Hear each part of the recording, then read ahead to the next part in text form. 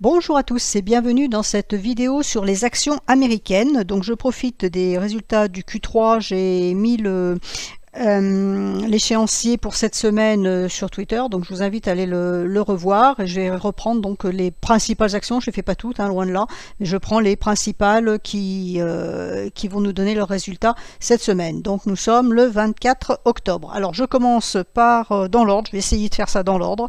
Demain 25 octobre, nous avons donc avant ouverture, nous avons Coca-Cola, Halliburton et General Electric, et après clôture, nous aurons Microsoft, Alphabet et Visa. Ensuite, le 26 octobre, nous avons Boeing avant ouverture et après clôture, nous avons Facebook, Meta. Le 27 octobre, avant ouverture, nous avons le McDo et Mastercard, et après clôture, nous aurons Amazon et Intel. Le 28 octobre, nous aurons là, pour le coup, ça va être de l'énergie, Exxon, Chevron et Equinor, avant ouverture, bien évidemment, puisqu'il n'y a pas de après clôture un vendredi aux États-Unis. Donc Coca-Cola, donc c'est demain matin, enfin demain avant ouverture, on va dire. Pour le moment, elle est sur un niveau critique, donc elle a une belle tendance baissière depuis le 19 août. On a fait un point bas le 10 octobre. Pour le moment, c'est en correction. Ce n'est qu'une correction puisque on est toujours sur sous la Kijun journalière. Donc tant qu'on reste sous la Kijun, on n'a pas de signal haussier. Donc à voir justement ce qui va se passer avec les résultats qui tomberont donc avant ouverture. Donc à l'ouverture, on verra si les prix arrivent à casser ce niveau-là. Alors vous voyez qu'on a un double niveau, c'est quand même très important là où Coca se situe.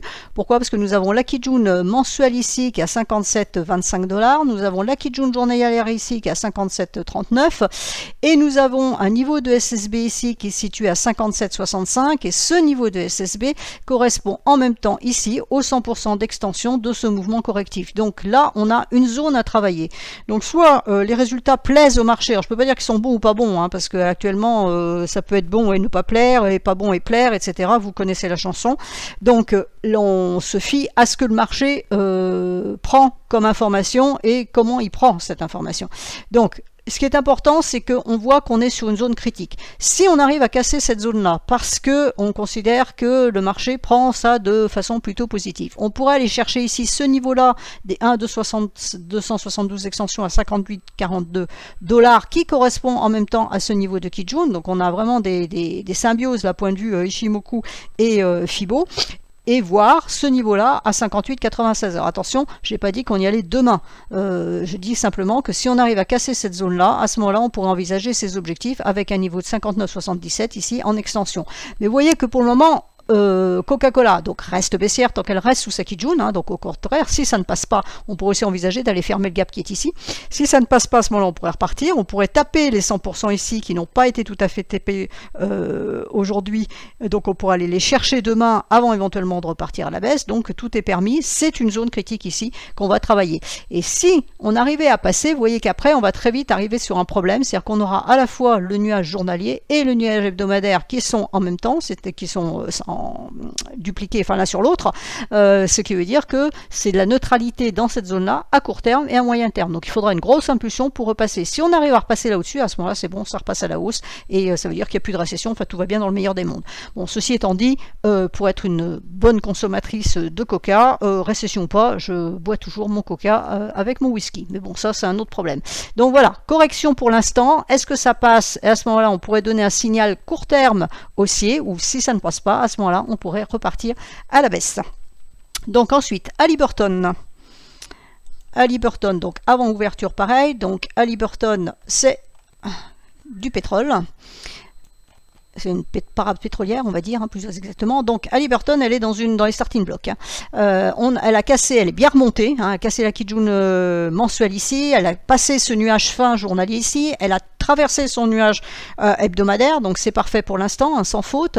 On a en support ici les 33,72 qui ont été cassés donc vendredi, testés aujourd'hui, et pour le moment les prix tentent de sortir du nuage. Et là, par contre, on a un gros blocage ici, une belle résistance à 35,17 $. Donc, si les résultats niveaux-là sont corrects, sont bien pris par le marché, on pourrait très bien avoir un gap, hein, puisque c'est avant ouverture demain, on pourrait très bien avoir un gap au-dessus de ce niveau-là, et à ce moment-là, on pourra aller chercher les niveaux qui sont ici, donc 36,66 et ensuite 37,92, voire niveau à 40 $, 30, et le point haut ici à 44 $, hein, qui est un point extrême ici sur cet actif. La lagging span pour le moment ne valide pas puisqu'elle est toujours dans son nuage et sous la Kijun hebdomadaire, donc attention. Voilà, là on est dans les starting blocks, si ça plaît ça bondit, si ça plaît pas, eh ben on recassera la Kijun hebdomadaire ici à 33,72 avec dans l'idée potentiellement de revenir à terme chercher les 30,25. Ensuite, General Electric, donc toujours pareil avant ouverture. Donc General Electric, pour le moment, elle nous donne un signal de renversement de tendance, enfin tentative de renversement de tendance à court terme, puisqu'elle est passée de l'autre côté de son nuage. Attention à la lagging span qui travaille aujourd'hui la Kijun. Donc si ce soir en clôture, on repassait sous les 73,32, ça veut dire qu'elle ne validerait pas. Donc même chose, hein, si ça plaît demain, on peut avoir un gap et auquel cas elle passera. Si ça ne plaît pas, et ben à ce moment-là, la Kijun fera résistance et ça repartira à la baisse. Donc là, on a un twist, hein, par contre, il faudra faire attention ici le 28 octobre, donc ça ne va pas nous impacter demain, bien évidemment, mais le 28 octobre, il y a un twist. Donc dans l'hypothèse où ça patinerait un petit peu dans la small, attention, ça pourrait rebaisser ici. Par contre, si c'est bon, on a une première résistance à 75 $, on va dire, une autre résistance à 76,90 et une autre résistance ici à 78,08 avec la majeure ici à 81,85 qui est la Kijun mensuelle.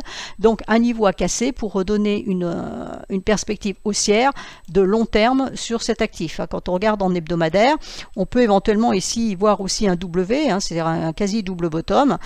Si on arrivait à repasser ce niveau-là, vous voyez que la ligne de coup, elle se situe sur ce niveau de Kijun mensuel à 60, allez, on va dire 80 $. On a ce niveau ici à 80, et puis après, ben voilà, il faudra malgré tout traverser le nuage, mais on aurait quand même déjà une bonne impulsion sur cet actif. Alors ensuite, Microsoft. Alors Microsoft, elle est où? Elle est ici. Donc Microsoft après clôture, demain. Donc, la Kijun a bien tenu en support. Ici, on a eu un très très beau mouvement. Hein. Vous voyez que ça a bien tenu.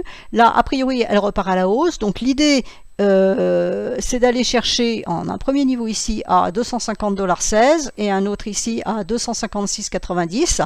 C'est le niveau envisagé puisque c'est sur le même plan que la SSB qui est ici. La lagging span, elle aura peut-être un petit frein au niveau de la Tenkan, mais ça ne devrait pas empêcher éventuellement une mèche d'aller chercher ce niveau-là. Et puis après, par contre, elle sera dégagée. Donc là, pour le moment, on a pareil, une tendance baissière, on tente quelque chose. Donc là, on a bien un signal haussier qui est donné aujourd'hui. Hein, attention, ça c'est la Kijun qui baisse. Donc le niveau de Kijun à prendre en compte, il est ici à 243,42. Donc on a bien un signal haussier qui est donné aujourd'hui, d'ailleurs avec le test ici. Hein, donc ça c'est pas mal.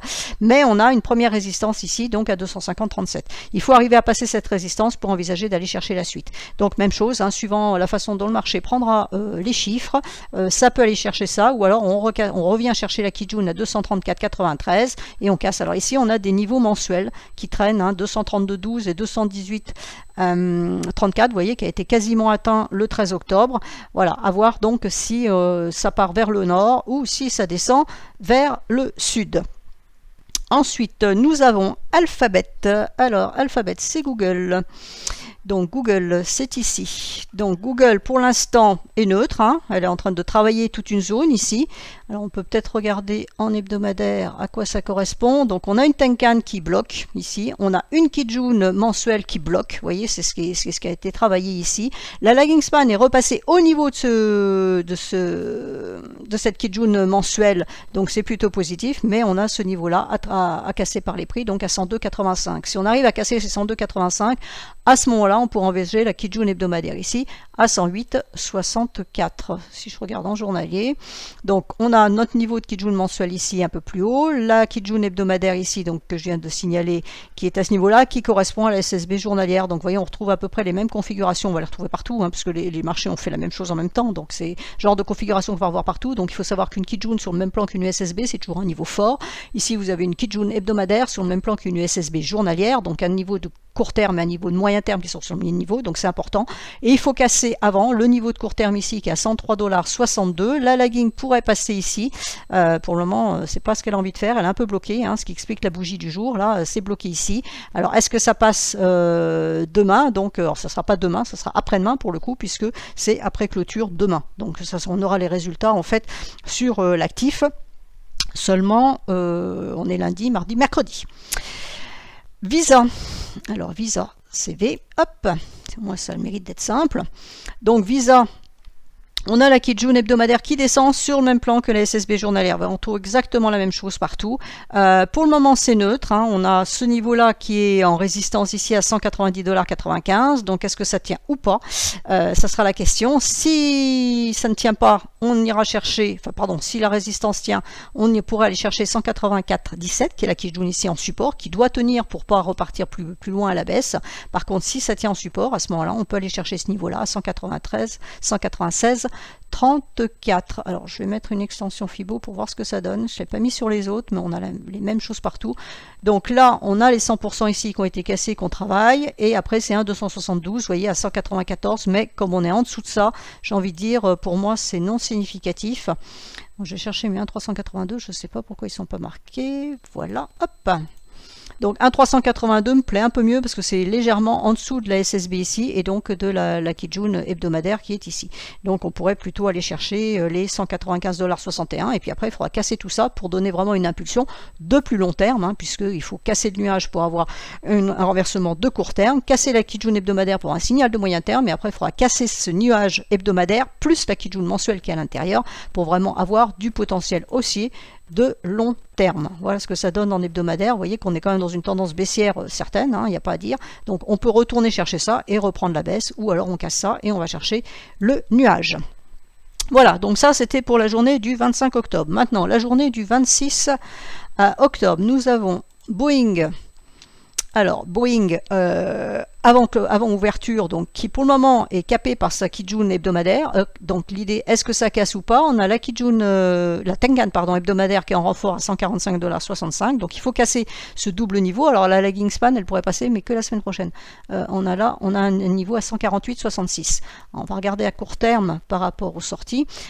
Alors à court terme, donc on retrouve la Kijun hebdomadaire et vous voyez que de l'autre côté, on a la lagging span qui est coincée par sa SSB et puis on a des prix ici. Hein, donc il faut casser tout ça pour donner une impulsion. Alors l'intérêt qu'on a, c'est qu'on a une résistance ici, mais c'est ça.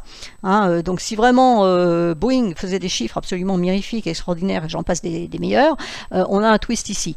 Je pense, enfin bon, de mon point de vue, je ne crois pas que ça passe pour l'instant, mais on garde de la faiblesse pendant plusieurs jours, hein, puisque là ça commence au 25 octobre, et puis on peut dire que grosso modo, on peut passer relativement facilement jusqu'au 2 novembre. Donc si on avait vraiment une impulsion qui se mettait en place suite à des chiffres bien pris par le marché, à ce moment-là, on pourrait chercher. Par contre, vous voyez que du côté de la lagging span, c'est un peu plus compliqué, parce qu'on a une Tenkan à 151,27 en résistance, et puis après, on va avoir un nœud de Kijun journalière et de Kijun hebdomadaire qu'il va falloir que la lagging span passe. Donc, vous voyez que le niveau de Kijun hebdomadaire ici, pour la lagging span, correspond quasiment au twist ici à 154,43. Ici, on a 155,27.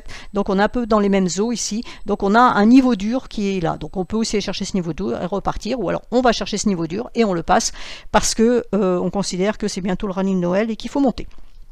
Ensuite, donc le 26-10, nous avons Meta, alias Facebook, hop, qui est ici. Voilà, donc Facebook pourrait avoir fait un quasi double point bas, c'est pas vraiment un double point bas parce que c'est pas très propre, hein, mais bon, on va dire que voilà, c'est un point bas plus haut, donc ça indique une idée haussière. Si je mets une extension Fibo, alors on a 0,786 qui est pas très propre avec la Kijun ici, hein, j'essaye de chercher. Ici on a les 100% qui sont à 140 $, donc ça pourrait être un objectif à viser. Et puis ensuite on a les 1,272, 1,382, mais c'est pas très propre avec Ishimoku, là on peut mieux faire, hein, clairement on peut mieux faire. Si je regarde en hebdomadaire, alors en hebdomadaire, on a une configuration de bougie qui est assez intéressante puisqu'on a une rouge, un doji et une bleue. Donc normalement, c'est plutôt un signal haussier. Avec dans l'idée, ben voilà, si ça voulait vraiment corriger, aller chercher la Tenkan jusqu'à 147 $, grosso modo, qui serait un dépassement de 2 $ des 1,382. C'est un petit peu ce qu'on peut dire sur cette action, je regarde. Alors, il est bien évident que si la Kijun par contre tenait en résistance, hein, on reviendrait chercher les points bas avec une droite de support qui se met ici. Voilà, d'accord. Donc c'est ce qu'il faudra surveiller ici. Donc la Kijun est à 136 $. On a un autre niveau ici qui correspond quasiment au dernier point haut à 138,50. Donc il faut casser 138,50 pour avoir libéré un petit peu de potentiel aussi. Ensuite, le 27 octobre, nous avons McDonald's. Alors, McDo, c'est intéressant parce que là, par contre, c'est proche du twist. Hein. L'autre, c'était un petit peu loin quand même, donc il fallait vraiment une grosse énergie pour monter. Ici, on est proche. Donc, les 258,16 $ sont à surveiller. On a une autre résistance qui est juste au-dessus, qui est ici. Hop, voilà, c'est du bleu. À 260 $. Donc la cassure des 260 $, si par exemple on cassait ici en gap, hein, le jour où alors c'est avant ouverture, le 27 octobre. Donc ça sera dans la journée du 27 octobre. Si on cassait ici en gap, ça serait intéressant parce qu'à ce moment-là, il y aurait du potentiel aussi. Maintenant, si ça résiste, ça sera aussi une autre information intéressante. Ça veut dire qu'il n'y a pas de potentiel aussi. Ça voudrait dire que les chiffres auraient déçu le marché. Et on aurait à ce moment-là un support ici à 250, ici à 249,38 et la Kijun hebdomadaire donc qui a été cassée à 248,07. Donc on est pour le moment neutre. Pourquoi? Parce qu'on a le nuage court terme journalier qui est au-dessus, on a le nuage moyen terme hebdomadaire qui est en dessous, on a la Kijun hebdomadaire en support ici.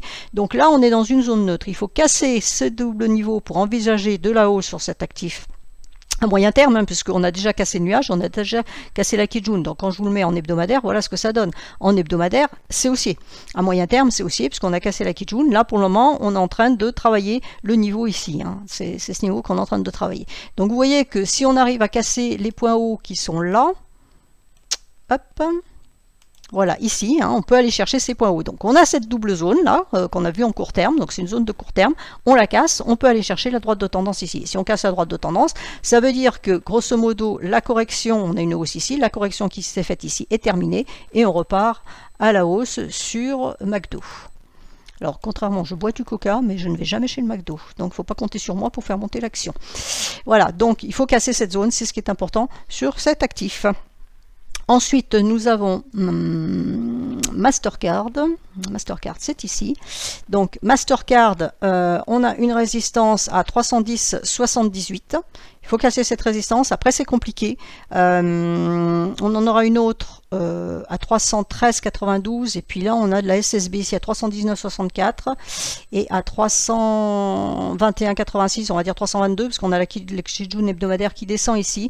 Donc, même chose ici, hein, tendance baissière. On a fait un point bas ici. On reprend. On n'a pas cassé la Kijun. La Kijun est ici. Donc, il faut casser 308,37 pour donner un signal haussier. Attention, la lagging span va avoir un petit problème avec ses prix. Celle-là, je suis un peu mitigée. Elle me plaît pas trop. En fait, elle m'inspire pas trop, on va dire, pour faire simple. Si on la regarde en hebdomadaire, on a la Tenkan ici. Alors, la lagging span a cassé la Kijun mensuelle. Donc, ça, c'est plutôt positif. Elle peut monter. Le support à surveiller, j'ai envie de dire, ça serait vraiment les 301 $. Si tant que ça tient, on peut espérer de la hausse. Par contre, si ça casse, à ce moment-là, ça serait baissier vers les 283,82. C'est tout. Oui, je pense que c'est à peu près tout ce qu'on peut dire d'intelligence sur cet actif. Amazon. Donc Amazon, c'est après clôture le 27 octobre, donc ça n'agira que le 28 octobre. Donc Amazon pourrait aller chercher sa Kijun hebdomadaire ici à 123,91. La lagging, elle peut passer, donc ah non, la lagging, elle est ici, donc elle sera bloquée aussi à 123,91. Donc c'est vraiment le niveau à aller chercher éventuellement si les chiffres sont satisfaisants. Enfin, satisfassent le marché. Voilà notre Kijun hebdomadaire qui est là. Alors on a un twist ici, hein, qui est le 28 octobre, c'est vendredi. Donc on peut aller chercher ça. Puis après on a quand même du lourd. Hein. On a une SSB qui est ici, une Kijun ici, on a une autre SSB à 126, on a une autre SSB ici à 126,28. Donc on a quand même de la résistance. Il va falloir que les chiffres soient très bons pour que ça puisse passer et que ça puisse pousser. Donc dans l'hypothèse où ça passerait, on aurait ensuite 124, on va dire. Et puis ici, là, on aura un autre noyau dur à 134,88, voire 136,19. En cassant tout ça, on pourrait avoir la Kijun mensuelle ici à 145. Alors quand je vous donne ces grandes, voilà, juste là-haut, c'est pas ce qui va se passer le 28 octobre, hein, bien évidemment, on va pas bondir jusque là-haut, mais ce sont des niveaux potentiels haussiers. Si on arrivait à passer ce niveau-là, et vous savez qu'on est en octobre, on va être bientôt à la fin octobre, parce qu'on est le 24, donc on a le rallye de Noël qui en principe se précise courant novembre, donc ça pourrait être des objectifs à aller chercher courant novembre justement, si on arrivait à passer tout ça, si les chiffres plaisaient au marché. Ensuite, on a Intel. Alors, Intel, très baissière. Alors, elle tente quelque chose, mais elle ne va pas très convaincue. Je ne suis pas sûre qu'en clôture, ça tienne. On a la Kijun ici, à 27,12. La cassure pourrait nous donner du 28,22. Puis après, on va avoir un nuage ici. Donc, à surveiller, les chiffres sont donc le 27, hein, après clôture. Donc, ça sera dans les marchés le 28. La lagging span va rencontrer ses prix, donc il n'y a pas un gros potentiel. Il faudrait vraiment que les chiffres soient très bons, ce qui ne devrait pas franchement être le cas. Mais bon, c'est pas moi qui fais ni les chiffres ni le marché. Dans l'hypothèse où ça passerait, on aurait ici le noyau dur, il serait à 30,60 $. J'envisagerais pas plus haut pour l'instant sur cet actif. Ensuite, nous passons donc au 28 octobre. Alors, nous avons Exxon. Exxon, je ne sais plus où elle est, Exxon. Je l'ai plus trop. Exxon, c'est celle-là. Voilà. Exxon. Alors, Exxon, elle, par contre, elle est très haussière. Avant même les chiffres, hein, donc c'est du pétrole, ça va sans dire. On a cassé la droite ici de résistance. Alors, je vous la mets en mensuel pour vous montrer ce que c'est. J'avais dû la tracer sur du log. Hop, voilà. On a une droite de résistance qu'on est en train de casser. On a une très belle poussée là sur le mois d'octobre, hein. Donc alors que le pétrole n'est pas nécessairement très haussier au mois d'octobre, loin de là. Malgré tout, Exxon, voilà, ça part bien. Donc tant qu'on restera au-dessus des 105,52 $, et ben c'est haussier. Comme vous pouvez le constater, c'est un ATH. Donc voilà pour Exxon. Par contre, si on repasse éventuellement cette droite de tendance dans l'autre sens, à ce moment-là, on aurait la Tenkan à 102,44 en point d'entrée à nouveau, parce que vu la performance à l'heure actuelle, on a eu un gros range ici, on est en train de décoller, on fait un ATH, donc pour moi, c'est haussier. Il faut surveiller ce niveau à 105,71. Si ça tient, c'est bon. Si ça tient pas, eh ben, ça partira dans l'autre sens. Ce n'est pas un scoop. Alors, Chevron, même chose, donc haussière. Alors au chevron, fait attention parce qu'on est très éloigné de la Tenkan, donc on a une surextension ici, on pourrait avoir une latéralisation avant d'aller chercher plus haut. Et le plus haut, c'est quoi? Et ben, c'est le dernier point haut qui est ici, à 182,67. Alors je regarde en mensuel si c'est un point haut ou si... Non, c'est un point haut, d'accord. Donc voilà, en mensuel ce que ça donne, hein. On est en train de partir très fortement, donc logiquement on devrait pouvoir aller chercher les 182,67. Alors soit on fait un double top, soit ça continue. C'est toujours l'éternelle question quand on arrive sur des points hauts ou sur des points bas. Donc on peut aller chercher ça, si les chiffres conviennent au marché. Je pense qu'on pourrait aller chercher ça sans trop de problèmes. Et enfin, on a Equinor. Alors Equinor, c'est plutôt le gaz. Donc Equinor, bah, pour le moment, elle est très très neutre, hein, entre le nuage hebdomadaire en soutien et le nuage journalier qui pourrait potentiellement être en résistance. On a un niveau ici, je ne sais pas pourquoi il est marqué là, c'est ça, 36,79, c'est un niveau important à surveiller, hein. Il faut casser tout ça pour envisager de relibérer du potentiel aussi. Pour moi, c'est extrêmement neutre, donc même avec les chiffres, je ne suis pas sûre que ça donne une impulsion suffisante dans ce sens-là pour casser ça, voire dans l'autre sens si ça ne plaisait pas, pour descendre plus bas. Alors si on arrivait à casser la Kijun ici à 33,81 et le niveau de SSA ici à 33,42, donc hebdomadaire, à ce moment-là, on aurait ici en baisse, hein, un objectif à 28,82. J'avoue que c'est pas une action qui m'inspire pour le moment. Je la surveille. Je surveille plutôt la cotation Oslo plutôt que la cotation USA. Si on sort passe de l'autre côté du nuage, à ce moment-là, on aurait vraiment une indication de renversement de tendance baissière hebdomadaire, avec dans l'idée d'aller chercher donc la Kijun mensuelle ici à 27,38 qui devrait être le noyau dur à surveiller. Pour le moment, vous voyez que ça fait vraiment de l'horizontale, c'est pas très beau à regarder comme ça. Voilà, quand on la regarde en hebdomadaire, on est vraiment coincé, hein. La Kijun est là-haut, le nuage est là, donc c'est neutre. C'est ce qu'on appelle une neutralité, c'est-à-dire qu'on n'a plus de signal baissier de moyen terme, parce qu'on reste au-dessus du nuage, mais on est en dessous de la Kijun, donc voilà, donc pas grand-chose à dire sur cet actif. Voilà, je pense avoir fait le tour des principales actions qui tombent. Il y en a d'autres, hein, mais je ne vais pas toutes les faire. Voilà, j'espère que celles-ci vous serviront. J'ai pris les majeures. Et je vous souhaite à tous donc une excellente semaine et soyez prudents donc les jours où les chiffres sortent.